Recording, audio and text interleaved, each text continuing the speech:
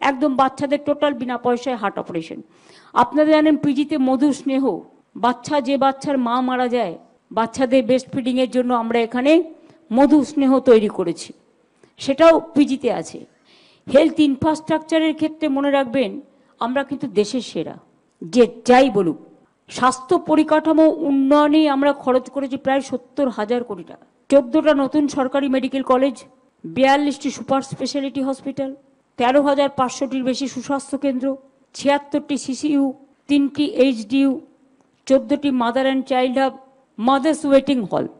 আগে আপনারা জানেন ইনস্টিটিউশন, এই যে বলছে না 2002 থেকে বাবা মা সার্টিফিকেট দাও এসআইআর করতে গেলে, কোত্থেকে দেবে? আমরা জন্মেছি কোথায়? ঘরে তো। ইনস্টিটিউশন ডেলিভারি কোথায় ছিল? তখন 4%ও ছিল না।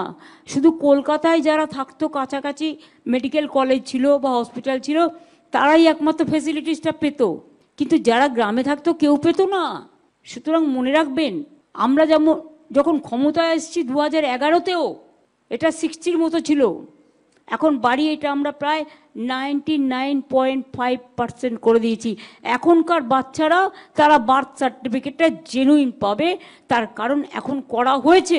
এমনকি যেগুলো খুব দুর্গম এলাকা সেখানে প্রেগনেন্ট মাদারদের তুলে আনা হয়, তাদের হসপিটালের সাথে লাগোয়া ওয়েটিং হাট করা হয়, সেখানে তাদের ওই হাসপাতালের ডাক্তারই দেখে রাখেন। এমবিবিএসে সিটের সংখ্যা 1,355 ছিল, 14,000 ডাক্তার নিয়োগ করা হয়েছে। নার্সিং ট্রেনিং ইনস্টিটিউটের সংখ্যা 57 থেকে বেড়ে হয়েছে 451, ফলে আসন সংখ্যাও 2,265 থেকে বেড়ে হয়েছে 28,547। সরকারি হাসপাতালগুলোতে অনুমোদিত মোট নার্সিং স্টাফ 33,831 থেকে বেড়ে হয়েছে 59,113।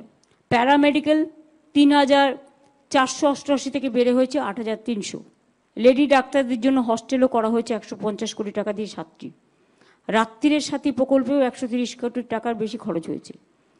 আশা এবং আইসিডিএস এর মেয়েদের কাজের সুবিধার জন্য